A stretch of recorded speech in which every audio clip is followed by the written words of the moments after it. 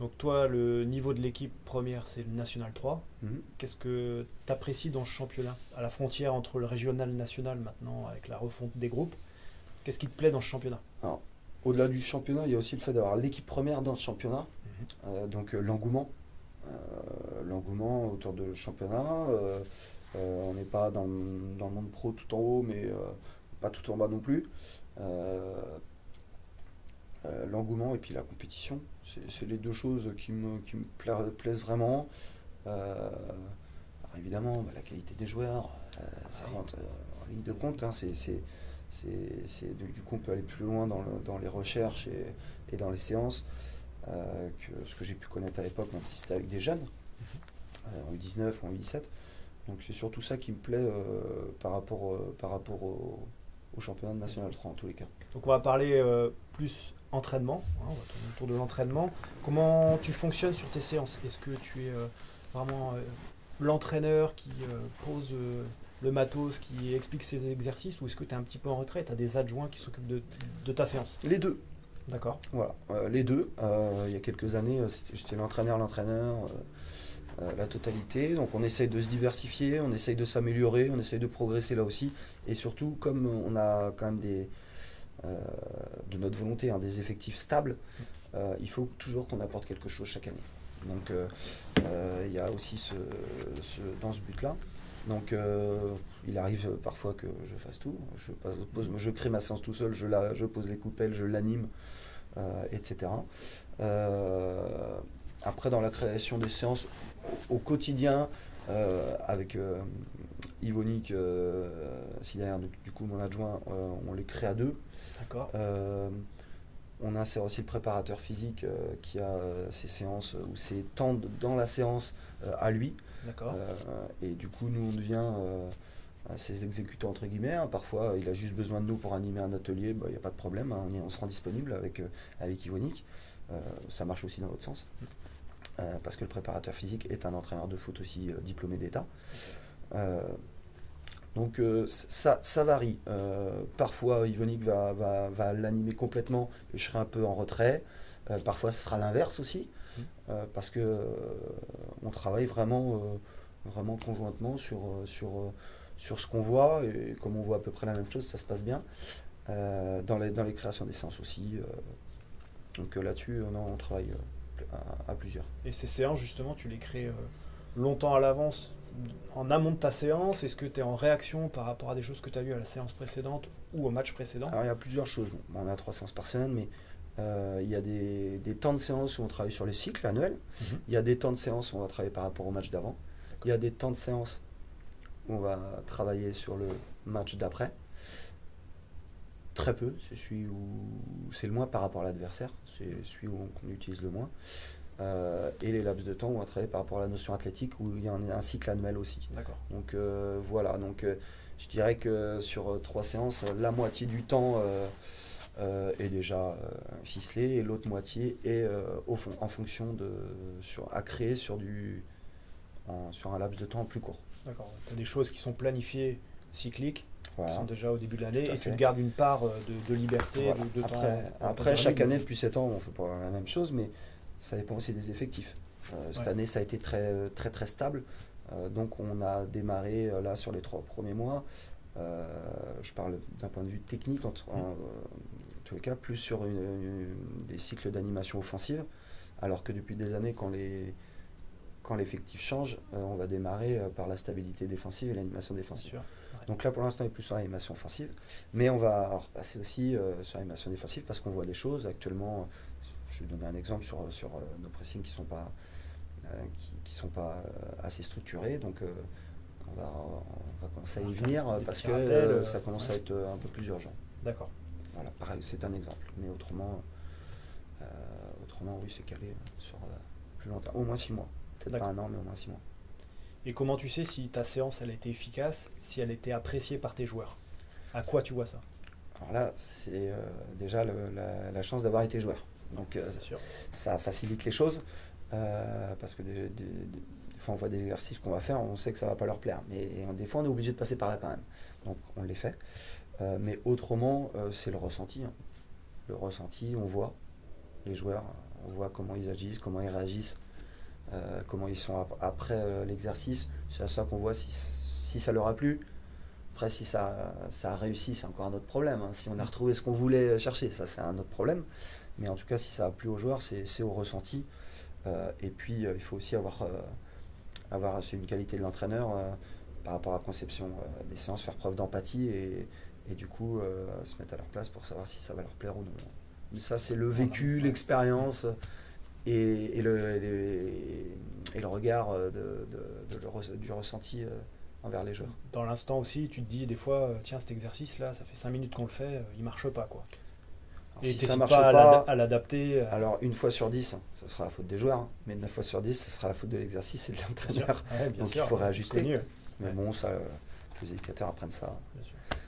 en passant leur diplôme. Hein, il faut réajuster les distances. Souvent, c'est les distances le problème. Donc, des fois, on demande des choses trop dures, mais c'est pas à cause des joueurs, hein, c'est parce qu'on s'est pas adapté. Et du coup, il faut agrandir. Donc, il faut vite réajuster et pas laisser ça pendant 20 minutes. Oui. Mais c'est aussi au ressenti. Si les joueurs n'ont pas compris, eh ben, on réexplique. Hein. Des fois, c'est pas les distances, on réexplique. Mais après, c'est l'expérience, c'est le vécu. Ça. On va parler du jeu maintenant. C'est quoi ton ambition de jeu, tes principes, ce que tu aimes appliquer à ton équipe et comment tu aimes voir ton équipe jouer? Alors moi j'aime bien maîtriser les matchs. D'accord. Chercher des coachs veulent tout le temps le ballon. Il y en a qui ne le veulent pas. Il y en a qui ne savent pas. Moi, dans un premier temps, qu'on l'ait ou qu'on ne l'ait pas, je veux maîtriser les matchs. C'est-à-dire que on va chercher à l'avoir plus que l'adversaire, évidemment, parce que plus on l'a, moins on sera en danger. Tu cours après. Mais voilà. Mais moi, ce que je recherche aussi, c'est qu'à un moment donné, on tombera toujours sur une équipe qui l'aura plus que nous, ou qui sera meilleure que nous, tout simplement. Et je veux que dans ces moments-là, on arrive quand même à maîtriser le match. Et ça, c'est la réflexion des joueurs, c'est l'intelligence de s'adapter à toutes les situations. Et c'est ce que j'insiste beaucoup. Maîtriser les matchs. Est-ce que quand on n'a pas le ballon, est-ce qu'on doit toujours faire des attaques rapides? Est-ce que quand on a tout le temps le ballon, est-ce qu'on doit toujours l'avoir dans le camp adverse? Est-ce on a tout le temps le ballon, donc on doit attaquer à 10? Alors, on cherche à maîtriser les matchs, à garder un équilibre d'équipe. Après, dans le monde amateur, on ne choisit pas aussi ses joueurs tout le temps, même s'il y a des profils de joueurs qu'on préfère. On fait avec ses effectifs, et dans le monde amateur, je pense qu'il faut être malin et s'adapter à son effectif. Nous, on progresse là parce qu'on a un effectif qui est techniquement plus aguerri et meilleur qu'il y a 2 ans ou 3 ans. Du coup, on cherche à avoir plus le ballon. On l'a plus naturellement déjà. Et donc, il faut qu'on réussisse à être dangereux, mais en gardant l'équilibre. Donc, c'est un tout autre axe de travail qu'il y a 2 ans, où il y a 3 ans, c'était sauvé à la dernière journée. On perd la moitié de l'effectif. On n'avait pas le droit de recruter à cause de l'infraction avec des arbitres. Donc, on savait qu'on démarrait la saison. Bon, on va être en bas, de toute façon, on va être en bas. Donc, on a travaillé sur complètement autre chose. Alors, certes, être beaucoup plus solide. On savait qu'on allait avoir beaucoup moins le ballon. Mais les joueurs en étaient conscients. Et du coup, on a fait une saison exceptionnelle. On a terminé 4e meilleur classement du club. Mais parce que les joueurs savaient ce qui allait se passer. Et du coup, ils ont eu aussi une concentration qui était beaucoup plus élevée. Donc, et une humilité à toute épreuve. Et on a travaillé différemment et on a fait le meilleur résultat. Donc des fois, il n'y a pas de logique, c'est le travail. Là, par exemple, on sait qu'on peut être très bon. On l'a été depuis le début de saison, on est de meilleur en meilleur. Mais ces 2 derniers matchs, psychologiquement, on a été moins bon dans l'engagement. Alors, est-ce qu'il y a une forme de... Voilà, une sorte de suffisance. Je le pense.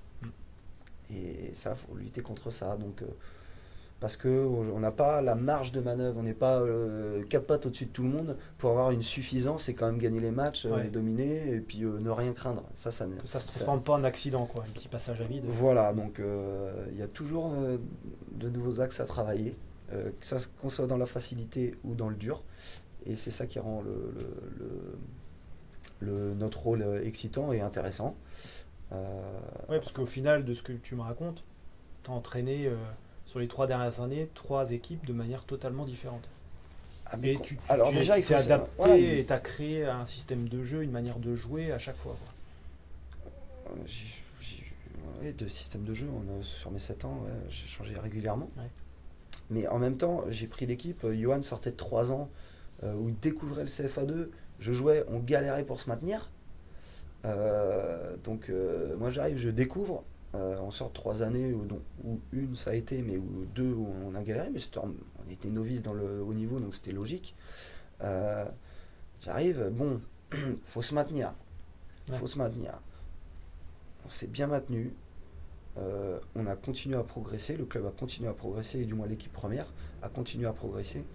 Et maintenant, on est quand même régulièrement, hormis il y a 3 ans, régulièrement dans les 6 premiers, c'est-à-dire dans la première moitié haute du classement. Mais après, on ne peut pas monter sans ambition dans le jeu. Donc après, il faut être plus ambitieux dans le jeu. Donc on travaille autre chose. On progresse techniquement, on progresse dans la maîtrise collective. Donc là, on progresse là-dessus. Mais il faut réussir toujours à garder cet équilibre et être solide. C'est ton socle. Ah oui, évidemment, pour monter, pour être en haut, il faut marquer des buts. Il faut en prendre peu, parce qu'on voit en haut, hein, souvent c'est des bonnes défenses qui montent. Hein. Mais c'est aussi des bonnes attaques. Alors les équipes qui prennent beaucoup trop de buts, elles sont rarement tout en haut. Mais les équipes qui en marquent peu, sur un championnat entier, ça tient pas. Ça tient pas non plus pour terminer premier, parce qu'aujourd'hui notre championnat, il faut juste terminer premier pour monter. Hein. Donc pour terminer premier, il faut marquer des buts. Aujourd'hui, et c'était l'ambition du cette année, donc cette année on a d'avoir plus de possession parce qu'on a les qualités offensives pour trouver plus de décalage. On a les latéraux pour trouver ces décalages. Enfin moi j'adore laisser beaucoup de liberté à mes joueurs de couloir et notamment mes latéraux. Il faut qu'ils aient des qualités offensives. Mais pour qu'ils les exploitent, il faut qu'on ait le ballon. Voilà, j'ai des latéraux qui offensivement vont pas apporter de décalage.